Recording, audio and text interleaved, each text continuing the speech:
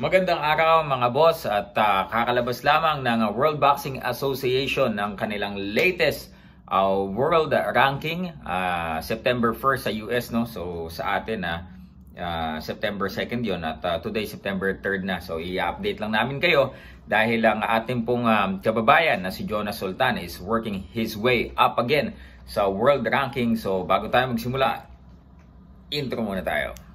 We are live! Good day, everyone. First, I would like to thank Sir Manny Pacquiao, Sir Sean Gibbons. Mark Antaya will translate. First, I would like to thank God for giving me this strength. We'll have the main event of the evening. Casimero!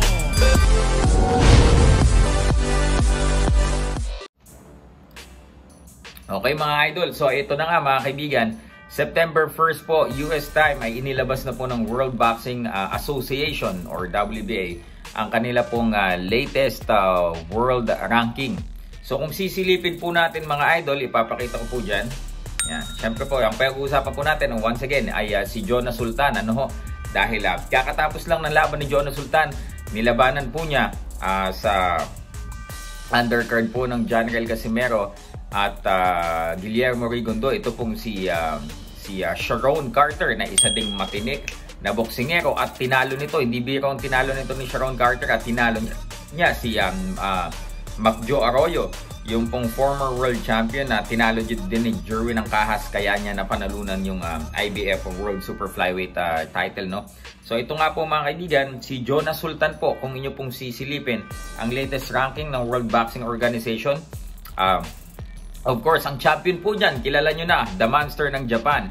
Itong si Naoya Inoue, siya po ang WBA Super Champion. Itong ang WBA regular champion na si Guillermo Rigondeaux, natalo naman niya na kamakailan lang noong August 14. So, wala siya dito sa list ngayon. At ito pong number 1 sa rankings, ay isa-isay natin kung sino yung mga pagdaraanan ni Jonas Sultan o kung sino yung pwede niya mga targetin or ng Viva Promotions na pwede lang targetin for Jonas Sultan to climb up the ranking. Number 1 nandyan, si Rau'shee Warren mga idol. Ayan, makita nyo dyan. Rau'shee Warren. Number 2, yung napupusuang labanan or ibigay ng Viva Promotions para umangat agad sa ranking ito si Jonas Sultan ay itong nasa rank number 2, Gary Antonio Russell. Hindi po yan si Gary Russell Jr. Iba po yon. So Gary Antonio Russell, also from the USA, rank number 2. Rank number 3 si Manio Plange, ng Ghana, Africa, no? And then nandyan po rank number 4, Melvin Lopez, Nicaragua ata to. Tapos nandyan din si Liborio Solis, ng Venezuela. Ito pong si Liborio Solis mga kaibigan ay yan po ay nakalaban na din ni Guillermo Rigondeaux. At ito nga yung kanya nakalaban bago niya labanan si Quadralas General Casimero. Ramon Cardenas sa rank number 6, also from the USA. Ito itong na rank number 7, Lee McGregor, no? Number 8 naman, ito kilala ng lahat. Tinalo ni Raymart Gabalio, tinalo din ni Naoya Inoue si Emmanuel Manny Rodriguez na noong undercard ng Casimero at Rigondeaux ay nagkaumpugan silang dalawa. Sayang, magandang laban sana, nagkaumpugan nga lang sila nitong si Gary Antonio Russell. So sayang, round number 1 siguro within 10 seconds na hinto agad yung laban. Sayang talaga yung laban na yun, no? Kakaupo lang namin, natapos agad. At ito nga mga kaibigan, rank number 9. Ito na po, nasa world ranking na uli mga kaibigan, ang ating pong kababayan, ang pride ng Zamboanga na si Jonas One Punch Man Sultan. Hindi na daw siya Zorro kasi gusto niya magkaroon ng bagong pagkakakilanlan. Sige, tuloy natin. Number 10, nandyan si Saul Sanchez. 11, kilala nyo din ito, si Jason Maloney.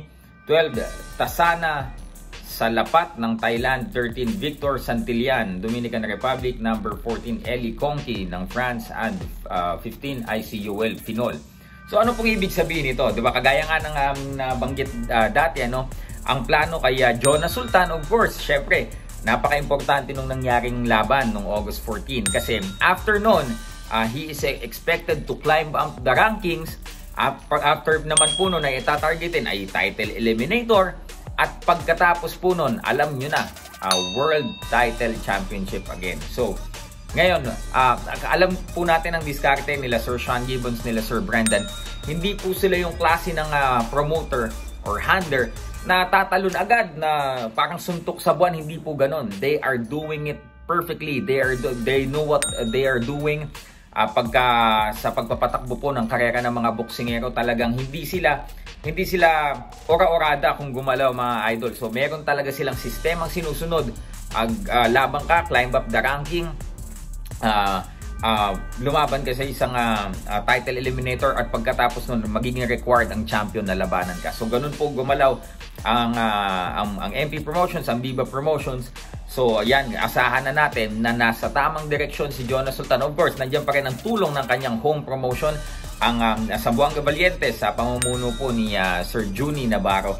So asahan nyo, mga kaibigan, doon sa mga fans ni Jonas Sultan at sa nag-aabang kung ano ang magiging takbo ng career niya, lalo na ngayon ay nag-i-ensayo siya sa US, ay abangan talaga natin ang pagbalik sa tuktok na naman itong si Jonas Sultan, o pag-abot niya sa tuktok, no? At alam naman nating lahat na siya po ngayon, ang kanyang strength and conditioning ay magiging sa ilalim po ni Sir Memo Heredia. So ayan po, mga kaibigan, abangan po natin kung ano po ang mga magiging tawag dito, mga updates pa dito kay Jonas Sultan. Kung mag-materialize po ba ang kanyang laban kay Gary Antonio Russell, we will let you know. So for me personally, kung akong tatanungin talaga, gusto ko matuloy ang laban na yan. And inassess naman, pinanood namin nila Jonas, nila Sir Juni noon, pati ni Brendan, ang laban ni Gary Antonio Russell. And sa nakikita namin ay kayang-kaya talagang talunin ng isang Jonas Sultan si Gary Antonio Russell. A little background sa ensayo ni Jonas Sultan, nakita ko ito talaga sa aking aming pagsasama sa ilang buwan ba kami nagsama sa ensayo, 2 buwan. At nakita namin na si Jonas Sultan ay talagang kung magtrabaho ay parang kabayo, para talagang android. Yung sabi ng iba, si Jonas Sultan, yung katawan parang android. He works like an Android 2. Hindi po siya, wala kang maririnig na reklamo, wala kang makikita na papakita niyang kapugaran, wala po. Hindi po siya ganun na klase ng fighter. Siya yung klase ng kasama na he will motivate you pagka halimbawa kasama mo siya sa ensayo. Kung sa takbuhan, makikipag-challenge siya sa iyo para talaga mas ma-push ka, para mas ganahan ka sa ensayo. Even sa memo time, no, talagang palitan siya ng performance noon kay Cuadro Alas and even Sir Memo Heredia ay very impressed po dito kay Jonas Sultan. Kaya po nung laban ni Jonas noon kay Sharon Carter, diba? Ang daming kaya-kaya. May mga kinakabahan na mga fans, no? Kaya-kaya, parang magaling, parang ang slick tingnan nung boksingero to, parang hindi to basta-basta. But kung ako tatanungin, sabi ko, nako, alam ko magtrabaho si Jonas eh. Alam ko siyang gumawa eh. Alam kong gumalaw ito eh. Talagang alam ko talaga na mananalo siya by knockout. Oh. So ayun nga, 7th round knockout nanalo itong si Jonas Sultan. At napakagandang panalo dahil hindi biro yung kalaban. Yun na maganda pagka medyo kahit delikado yung laban, medyo parang hindi 50-50, no? Or hindi ka sigurado, nako, anong mangyayari kaya? Mananalo kaya o ano? Pero pag yung ganong kalidad ng kalaban na tinalo mo, anong resulta?